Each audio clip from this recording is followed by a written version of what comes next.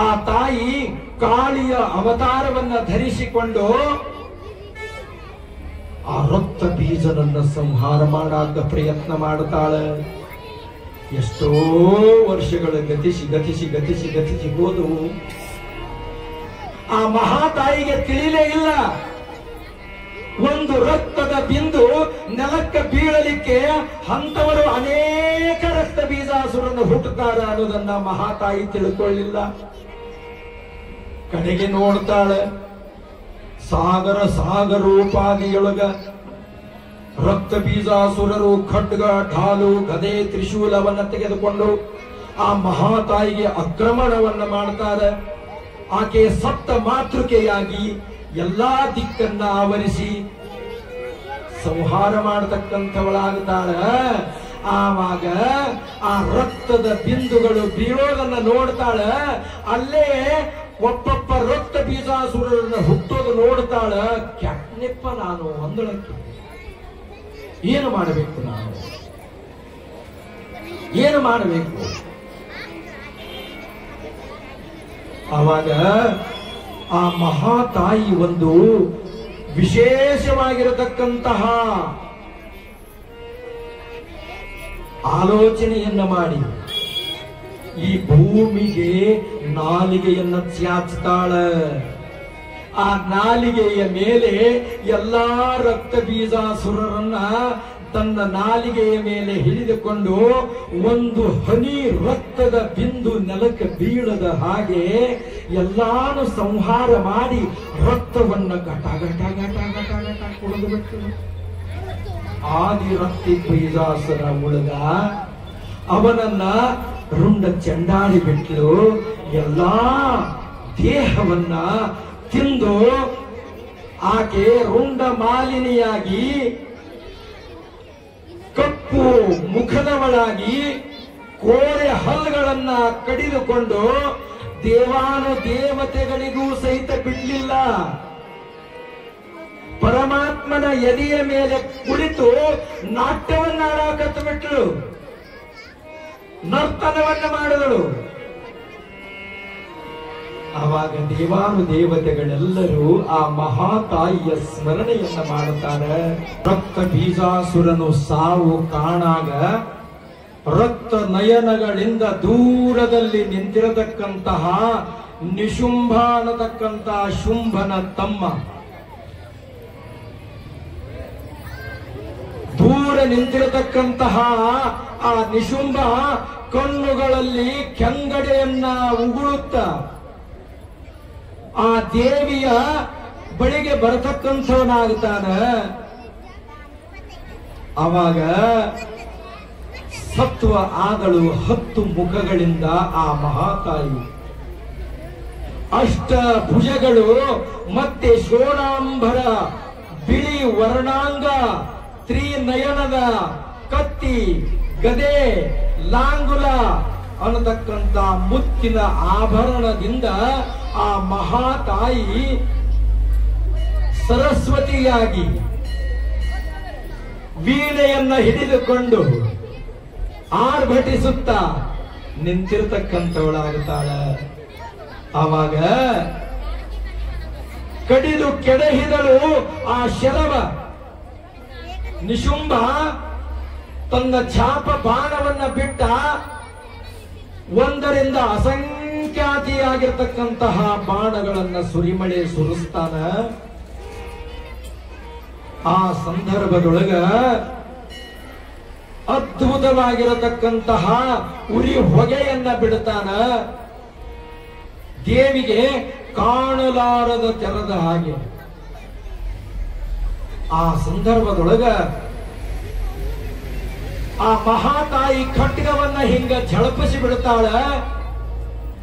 ಎಲ್ಲಾ ಕಾರ್ಗತ್ತಲೆ ಕವಿದುದನ್ನ ತನ್ನಿಂದ ತಾನೇ ಬೆಳಕ ಆವರಿಸಿಕೊಂಡು ಬಿಡುತ್ತದ. ಕೋಲ್ ಮಿಂಚಿನಂದದಿ ಆಕೆ ಮಹಾಗೌರಿಯ ರೂಪವನ್ನ ಧಾರಣವನ್ನ ಮಾಡುತ್ತಾಳೆ. ಗೌರ ಅಂತಂದ್ರ ಬಂಗಾರದ ವರ್ಣ. ಬಂಗಾರದ ವರ್ಣನೆಯಲ್ಲಿ ಬಿಳಿ ಸೀರೆಯನ್ನ ಉಟ್ಟುಕೊಂಡು ಗದೆ ಛತ್ರ ಚಾಮರವನ್ನ ಹಿಡಿದುಕೊಂಡು ಆ ಖಡ್ಗವನ್ನ ಝಳಪಿಸ್ತಕ್ಕಂಥವಳಾಗ್ತಾಳೆ. ಅದೇ ಸಂದರ್ಭದೊಳಗನೆ ನಿಶುಂಭ ಅನ್ನತಕ್ಕಂತ ದೈತ್ಯ ಆ ದೇವಿಯ ಹಿಂಭಾಗಕ್ಕೆ ಬಂದು ಸಿಂಹದ ಕಾಲಿಗೆ ಹಿಂಗ ಹೊಡಿತಕ್ಕಂಥವನಾಗ್ತಾನೆ. ಅಷ್ಟರಲ್ಲಿದೆ ಆ ಮಹಾದೇವಿ ಚತುರತನದಿಂದ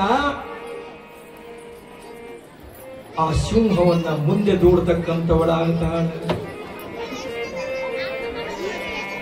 ಆವಾಗ ನಿಶುಂಭ ಬಂದು ಮಹಾತಾಯಿಯನ್ನ ಒದೆಯಕ ಪ್ರಯತ್ನ ಮಾಡ್ತಾನ. ಆಕೆ ಒದೆಯದ ಮುನ್ನ ನಿಶುಂಭನನ್ನ ಆ ಮಹಾತಾಯಿ ಎದಿ ಮ್ಯಾಲ ಒದ್ದು ಬಿಡ್ತಾಳ. ಎಲ್ಲೋ ಹೋಗಿ ಬಿದ್ದು ಬಿಡ್ತಾನವ. ಮತ್ತ ಕೇಕೆ ಹಾಕುವಂತ ಗುಡುಗುಡಿಸುವಂತ ಬರತಕ್ಕಂಥವನಾಗದ. ಏ ಭೈರವಿ, ತೆಗೆದುಕೋ ಇದನ್ನ. ಈ ಅಸ್ತ್ರವನ್ನ ತಾಳಿದ್ದೇ ಆದ್ರೆ, ಈ ಬಾಣವನ್ನು ನೀನು ಸಹಿಸಿಕೊಂಡಿದ್ದೇ ಆದ್ರೆ ನೀನೇ ಪರದೈವ ಆಗಿರ್ತಕ್ಕಂಥವಳದೀಯ ಅಂತ ಸುದರ್ಶನ ಅಸ್ತ್ರವನ್ನ ಬಿಡ್ತಾನ. ಇಡೀ ಆ ಅಸ್ತ್ರ ಭೂಮಂಡಲವನ್ನೇ ಧಗ ಉರಿಯಾಕತ್ತು ಬಿಟ್ಟಿತ್ತು. ಆ ಮಹಾತಾಯಿ ಮೇಘಾಸ್ತ್ರವನ್ನ ಬಿಡ್ತಾಳೆ. ಆ ಉರಿತಕ್ಕಂತಹ ಬೆಂಕಿಯನ್ನ ಮೇಘಾಸ್ತ್ರದಿಂದ ಆ ಮೇಘಾಸ್ತ್ರವನ್ನ ಬಿಟ್ಟಳು. ಆ ಉರಿ ಹತ್ತಿದ್ದನ್ನ ಶಾಂತಗೊಳಿಸ್ತಕ್ಕಂಥವಳಾಗ್ತಾಳೆ ಶಾಂಭವಿ. ಆ ನಿಶುಂಭ ಹಿಡಿದಿರತಕ್ಕಂತಹ ಗದೆಯನ್ನ ಹಿಂಗ ಬೀಸಿ ಬಿಟ್ಟಿದಾಗ ಗದೆಯನ್ನ ತುಂಡರಿಸಿ ಬಿಡುತ್ತಾಳೆ.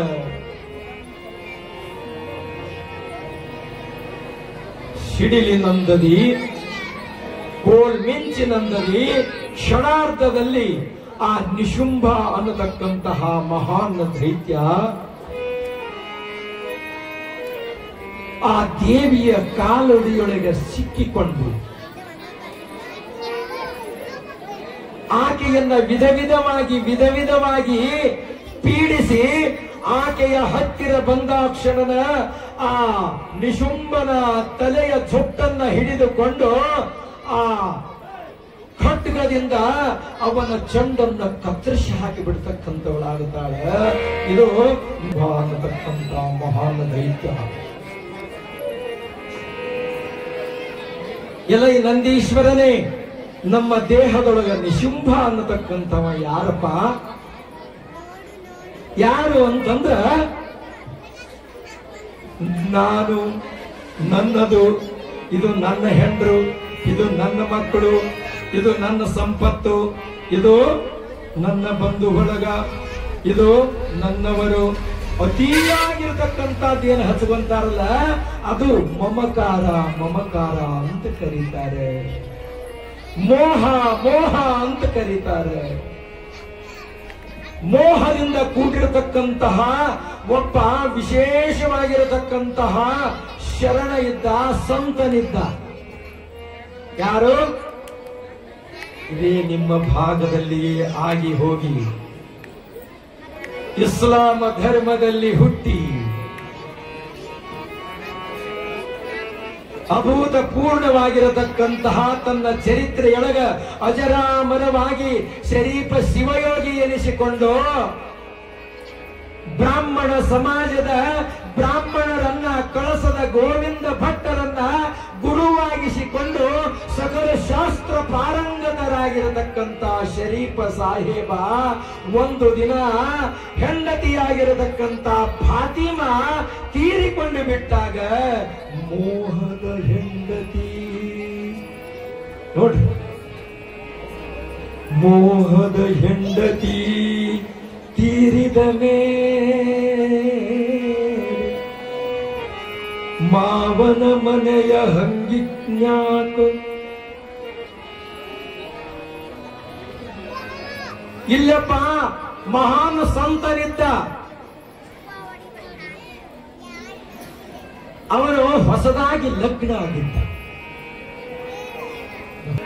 ಲಗ್ನ ಆಗಿದ್ದ ಹೆಂಡತಿ ತುಳಸಿ ಅನ್ನತಕ್ಕಂಥವಳು ಹೆಂಡತಿ. ಆಕೆ ಮನೆಗೆ ನಡಿಯಾಕ ಬಂದರು.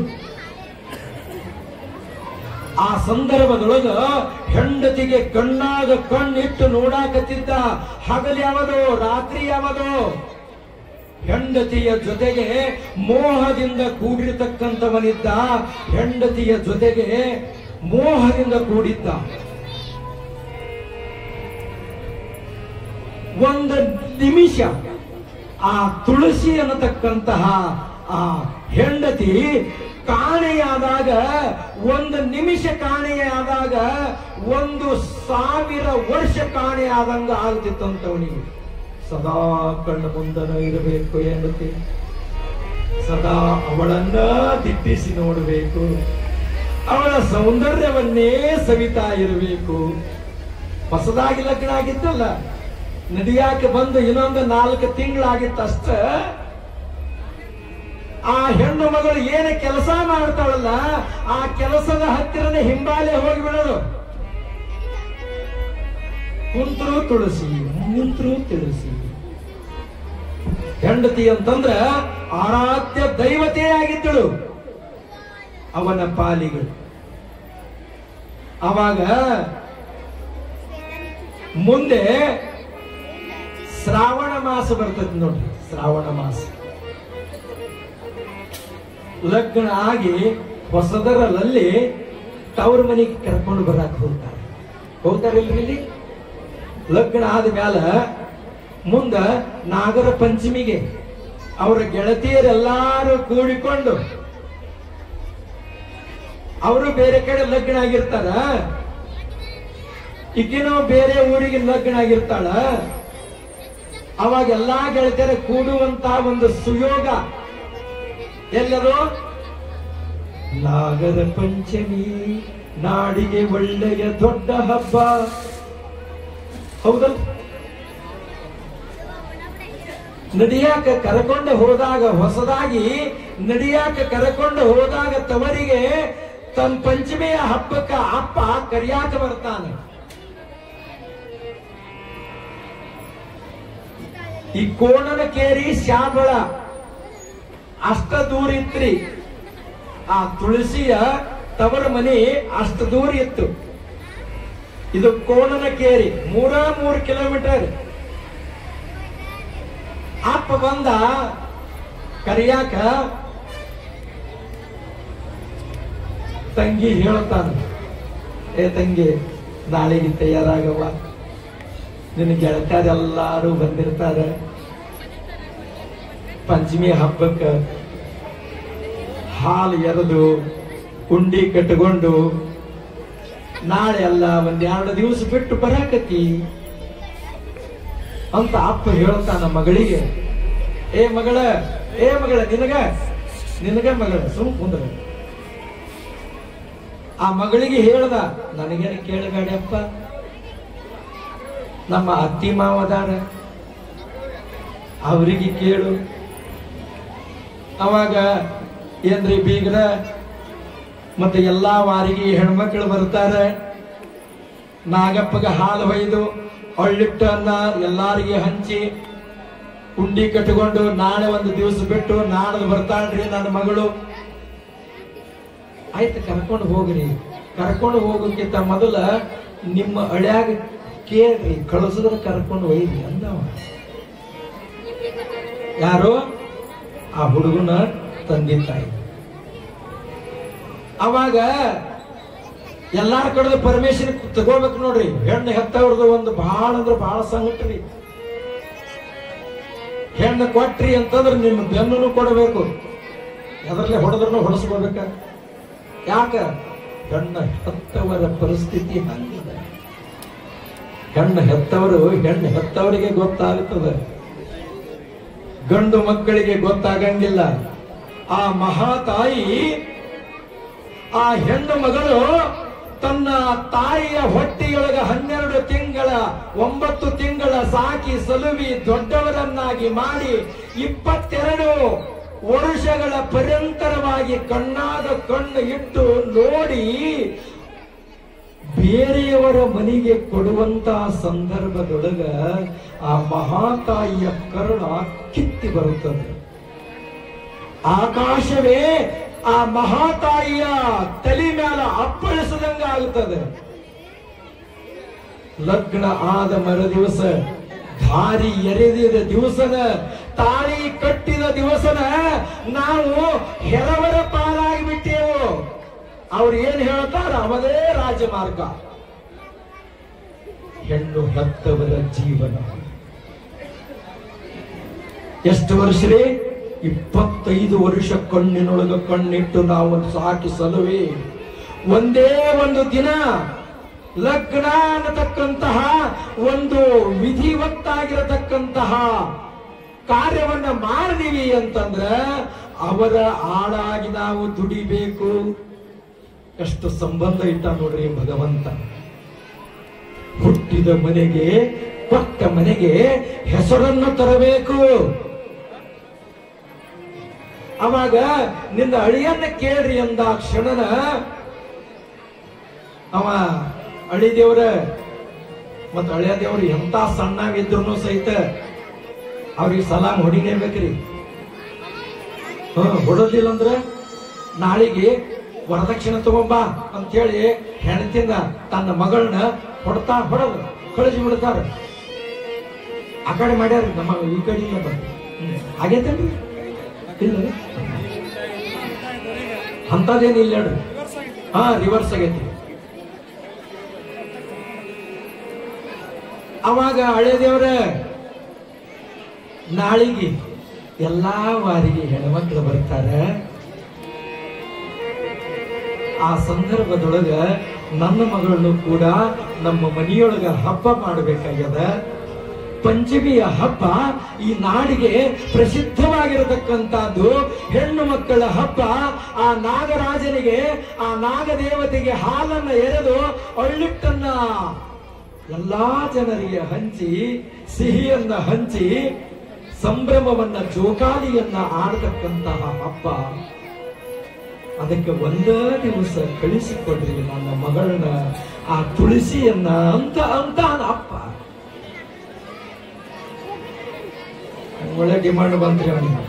ಆಗಂಗಿಲ್ಲ ನೋಡ್ರಿ ನಮಗ. ಅವ ಒಂದು ನಿಮಿಷ ಕಳ್ಕೊಂಡ್ರನ ಹೆಣತಿ ಯಾವಾಗಲೂ ಕಣ್ಣು ಮುಂದೆ ಇರ್ಬೇಕು ಅವನಿಗೆ.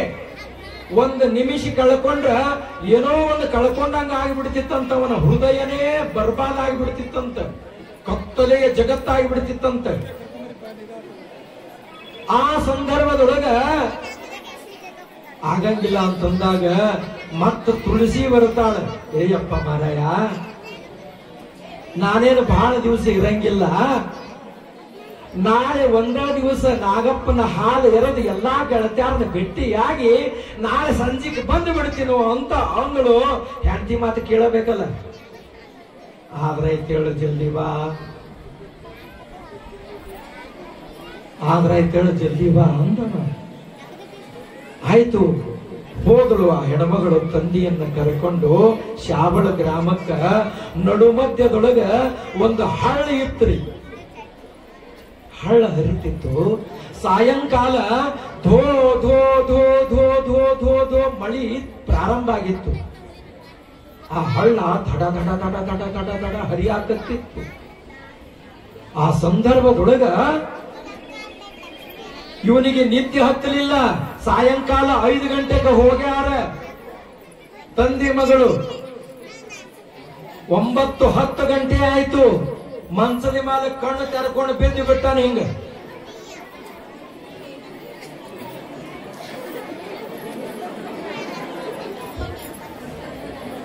ಮಂಚದ ಮೇಲೆ ಬಿದ್ದಾನ. 9-10 ಗಂಟೆ ಆಯ್ತು. ತಂದೆ ತಾಯಿ ಕರೀತಾರೆ, ಏ ತಮ್ಮ, ಏ ಬಾರು ಊಟ ಮಾಡೋಣ ಬಾ. ಏನೇನು ಶಿವಿ ಹತ್ತಂಗಿಲ್ರಿ. ಕಣ್ಣಾಗ ಹೆಂಡತಿಯ ರೂಪವನ್ನ ಧಾರಣ ಮಾಡಿಕೊಂಡಿರ್ತಕ್ಕಂಥವನಾಗಿದ್ದಾನವ. ಹೆಂಡತಿಯೇ ಸರ್ವಸ್ವ ಅಂತ ತಿಳ್ಕೊಂಡಿದ್ದಾನೆ. ಅವಾಗ 12 ಗಂಟೆ ಆಯ್ತು. ಚಿಟಿ ಚಿಟಿ ಚಿಟಿ ಚಿಟಿ ಮಳಿ ಬರಾಕತ್ತಿತ್ತು.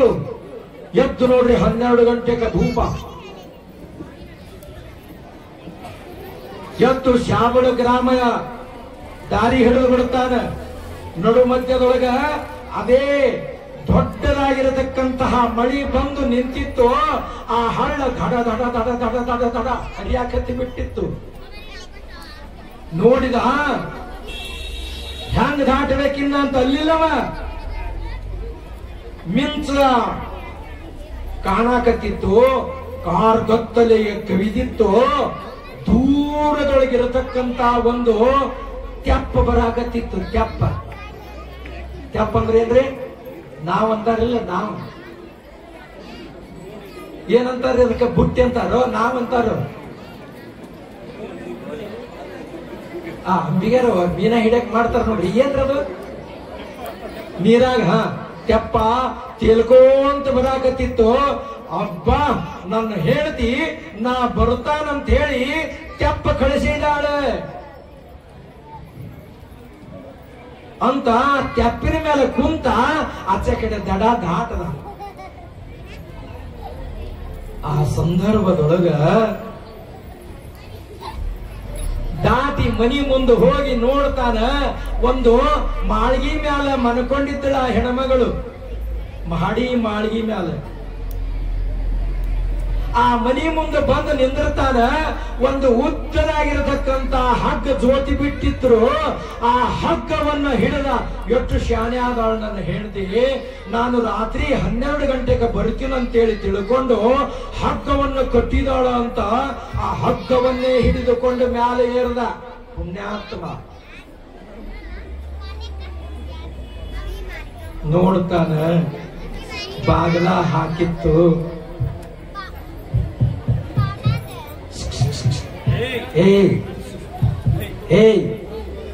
ಏನ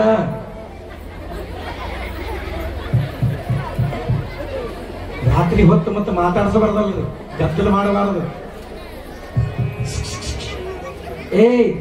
ತುಳಸಿ ಏನ ಬಾಗಿಲ ತೆಗಿಯ, ನಾನು ಬಂದೀನು ಅಂದಾಕ್ಷಣನ ಅದ ಆ ಹೆಣ್ಮಗಳು ಮನ್ಕೊಂಡಿದ್ದಳು. ಸಕ್ರಿ ನಿದ್ದೆ ಅಂತ ಬರ್ತೈತ್ರಿ ನಿದ್ದಿಯೊಳಗೆ. ಅದ ಮನ್ಕೊಂಡಿದ್ದಳು. ಅಯ್ಯೋ ಮಾರಾಯಣ, ಇಷ್ಟೊತ್ನಾಗ ಯಾಕೆ ಬರಾಕ್ ಹೋಗಿದ್ದೀಯೋಪ? ಅಲ್ಲ, ನಾಳೆ ಬೆಳಿಗ್ಗೆ ಬಂದ್ರೆ ಆಗತ್ತಿದ್ದಿಲ್ಲ ಏನು? ನಾವು ಬಂದ ಮ್ಯಾಲ ರಣವಾಗಿರತಕ್ಕಂತ ಮಳಿ ಹತ್ತಿತ್ತು. ಈ ಹಳ್ಳ ಹರಿಯಾಕತ್ತಿತ್ತು. ಹಳ್ಳ ಆಚೆ ಕಡೆಯಿಂದ ಆಚೆಕ, ಈಚೆ ಕಡೆಯಿಂದ ಈಚೆಕ ಹ್ಯಾಂಗ ಬಂದಿನಿ ಅಂತ ಅಂದಳ ಆ ಹೆಣ್ಮಗಳು. ಅಲ್ಲ, ನಿನಗೆಲ್ಲಾ ಗೊತ್ತಿದ್ದು ನನಗ ಮತ್ತೆ ಹೇಳ್ತಿದಿ. ನೀನು ಆಚೆ ಕಡೆ ದಡದೊಳಗ ನಾವು ಕೊಟ್ಟು ಕಳಿಸಿದೀಯಲ್ಲ, ತೆಪ್ಪ ಕೊಟ್ಟು ಕಳಿಸಿದೀಯಲ್ಲ. ಆ ತೆಪ್ಪದ ಮ್ಯಾಲ ಕುಂತು ನಾ ಈಚೆ ಕಡೆ ದಾಟದೆ ಅಂದಾಕ್ಷಣನ ಗಾಬರಿಯಾಗಿ ಬಿಡ್ತಾಳ ಹೆಣ್ಮಗಳು. ಹೌದು, ನೀನು ತೆಪ್ಪ ದಾಟಿ ಬಂದಿ ಮನಿ ಮುಂದ ನಮ್ಮ ಅವ್ವ ಅಪ್ಪ ತೆಳಗ ಮನ್ಕೊಂಡಾರ, ಎಬಸಿಲಿಲ್ಲ, ಹೆಂಗ ಬಂದಿ ಮ್ಯಾಲ? ನೀನು ಬಹಳ ಗುಣವಂತೆ ಅದಿ, ನನ್ನ ಮ್ಯಾಲ ಬಹಳ ಪ್ರೇಮ ಅದಿ. ನಾನು ಬರ್ತೀನಂತ ತಿಳ್ಕೊಂಡನ ಇಲ್ಲಿಂದ ಅಲ್ಲಿವರೆಗೆ ಹಗ್ಗವನ್ನ ಕಟ್ಟಿದೀಯ. ಆ ಹಗ್ಗವನ್ನ ಹಿಡ್ಕೊಂಡು ನಾನು ಬಂದೆ ಅಂತ ಆ ಹೆಣ್ಣು ಮಗಳಿಗೆ ಹೇಳುತ್ತಾನ. ಆ ಸಂದರ್ಭದೊಳಗೆ ಗಾಬರಿ ಆದಳ ಆ ಹೆಣ್ಮಗಳು. ಅಲ್ಲ, ತೆಪ್ಪ ಕಳಿಸ್ಯಾನ ಅಂತ ಹೇಳ್ತಾರ. ಮಹಡಿ ಮ್ಯಾಲ ಏರಿ ಬರಾಕ ತ್ರಾಸ ಆಗ್ತದೆ ಅಂತ ತಂದೆ ತಾಯಿಗೆ ಎಬಸಬಾರದಂತ ಹೇಳಿ ಹಗ್ಗ ಕಟ್ಟಿನು ಅಂತ ಹೇಳ್ತಾನ. ಇದು ಏನಿದು ಅಂತೇಳಿ ಬಾಗಲವನ್ನ ತೆಗೆದು ನಾ ಎಲ್ಲಿ ಹಗ್ಗ ಕಟ್ಟಿನ ತೋರಿಸು ಅಂದ ಕ್ಷಣನ ಆ ತಾಯಿಗೆ ತೋರಿಸ್ತಾನ.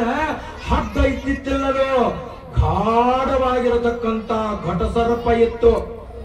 ಆ ಸರ್ಪದ ಬಾಲವನ್ನ ಹಿಡಿದುಕೊಂಡವ ಹೋಗಿದ್ದ. ಆ ಸರ್ಪವನ್ನೇ ಹಗ್ಗವನ್ನಾಗಿ ಮಾಡಿಕೊಂಡಿದ್ದ. ಅವನ ಕಣ್ಣಿನೊಳಗ ಆ ಹೆಣ್ಣು ಮಗಳ ರೂಪವಲ್ಲದೆ ಬೇರೆ ಏನೂ ಕಾಣುತ್ತಿದ್ದಿಲ್ಲ. ಅದಕ್ಕ ಹಾವು ಹಗ್ಗಾಗಿತ್ತು.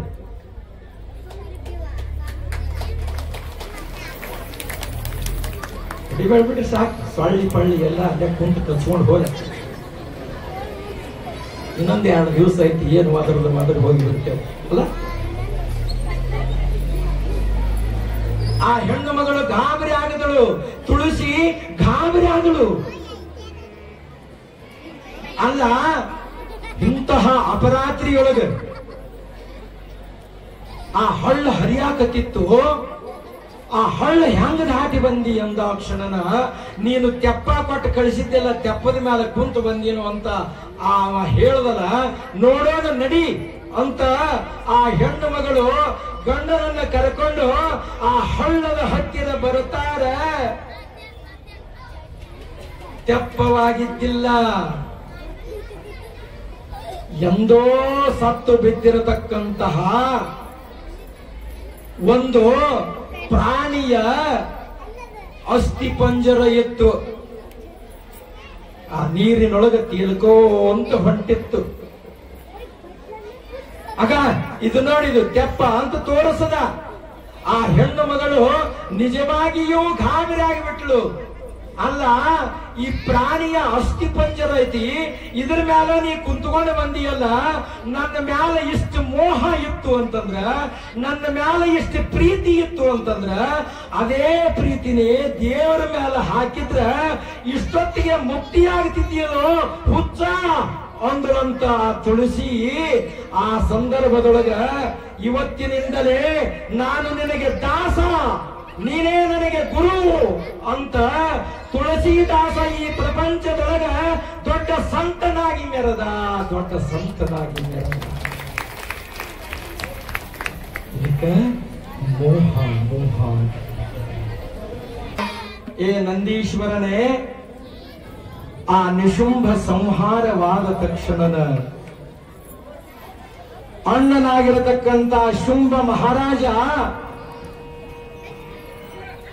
ನಿಶುಂಭನ ದೇಹವನ್ನ ನೋಡ್ತಾನ.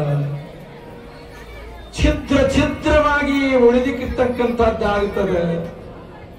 ಮಾಂಸ ಮಜ್ಜ, ಅವನ ದೇಹವೆಲ್ಲವೂ ಪುಡಿ ಪುಡಿಯಾಗಿರ್ತಕ್ಕಂಥದ್ದಾಗಿದೆ. ಆ ಸಂದರ್ಭದೊಳಗ ಆರಿಗೆ ಬೇಕು ಈ ಸಿರಿ. ಶುಂಭ ಮಹಾರಾಜ ದುಃಖವನ್ನ ಮಾಡ್ತಾನ. ತಮ್ಮನ ಹೆಣವನ್ನ ತನ್ನ ತೊಡಿ ಮ್ಯಾಲ ಇಟ್ಟುಕೊಂಡು, ಅಯ್ಯ ಏ ತಮ್ಮನೇ, ನಿನ್ನನ್ನ ಕಳೆದುಕೊಂಡು ಇವತ್ತು ನಾನು ಪರದೇಶಿಯಾಗಿ ಬಿಟ್ಟೆನಲ್ಲ. ಯಾರಿಗೆ ಬೇಕು ಈ ಸಿರಿ? ಯಾರಿಗೆ ಬೇಕು ಈ ಸಂಪತ್ತು? ನೀನಿಲ್ಲದೆ ಇನ್ನಾರಿಗೆ ಬೇಕು ಅಂತ ಆ ಶುಂಭ ಮಹಾರಾಜ ವೈರಾಗ್ಯವನ್ನ ತಾಳಿದ. ಏನು ಮಾಡಿದ್ರು ಏನದ ಈ ಜಗತ್ತಿನೊಳಗ? ಏನು ಗಳಿಸಿದರೆ ಏನದ? ಎಂತಹ ಸಂಪತ್ತು ಇದ್ದರೆ ಏನದ? ಮನಸ್ಸಿಗೆ ನೆಮ್ಮದಿ ಇಲ್ಲ ಅಂದ್ರ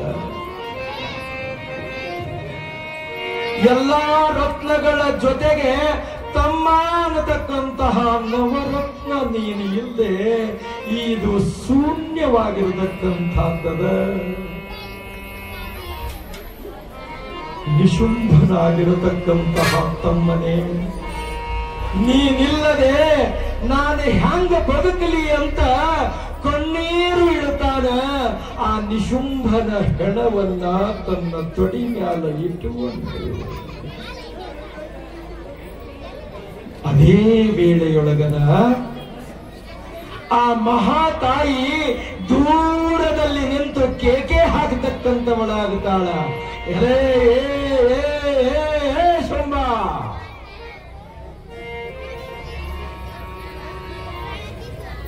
ನಿನ್ನನ್ನ ಜೀವ ಸಹಿತ ಉಳಿಸುವಂಗಿಲ್ಲ.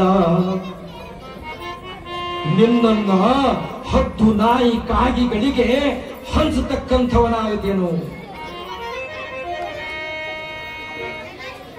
ನಿನ್ನ ದೇಹದ ರಕ್ತವನ್ನ ನಾನು ಘಟ ಘಟ ಘಟ ಘಟನೆ ಕುಡಿತಕ್ಕಂಥವನಾಗುತ್ತೇನು? ಈಗ ಬಾ ಯುದ್ಧಕ್ಕೆ ಅಂದ ಕ್ಷಣನ ಎಲ್ಲಿತ್ತೋ ಶಿಟ್ಟ ಏನಿತ್ತೋ ಗೊತ್ತಿಲ್ಲ. ಶುಂಭ ಮಹಾರಾಜ ಆ ತಮ್ಮನ ಹೆಣವನ್ನ ಒಂದು ಕಡೆ ಬದಿಗೆ ಇಟ್ಟು ಎಲ ಎಲ ಎಲ ಎಲೆಗೋ ಸ್ತ್ರೀಯರೇ, ನಿನ್ನನ್ನ ಸುಮ್ಮನೆ ಬಿಡುವಂಗಿಲ್ಲ. ನನ್ನ ತಮ್ಮನನ್ನ ನೀನು ಸಂಹಾರ ಮಾಡಿದೆಯಲ್ಲವೇ ಅಂತ ತನ್ನ ಕೋಪಾವೇಶದಿಂದ ಕಣ್ಣುಗಳಿಂದ ಕಿಡಿಯನ್ನ ಕಾರ ಕತ್ತು ಬಿಟ್ಟರು. ಎಲ್ಲಾ ದೇವಾನು ದೇವತೆಗಳು ಮೂತ್ರವನ್ನ ವಿಸರ್ಜನೆ ಮಾಡಿದರು. ಅಷ್ಟು ಅಂಜಿಕೆಯಿಂದ ಮರೆಸಿದ ಮಹಿಷಾಸುರನನ್ನ ಇವ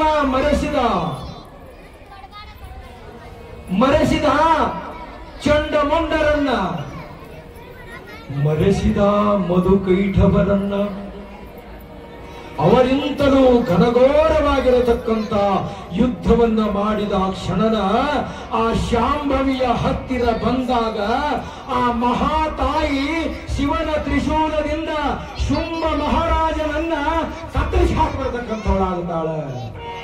ಜಯ ಮಂಗಲಂ ಜಯ ನಮಃ ಪಾರ್ವತಿ ಪದೇ ಶಿವ ಹರ ಹರ ಮಹಾದೇವ.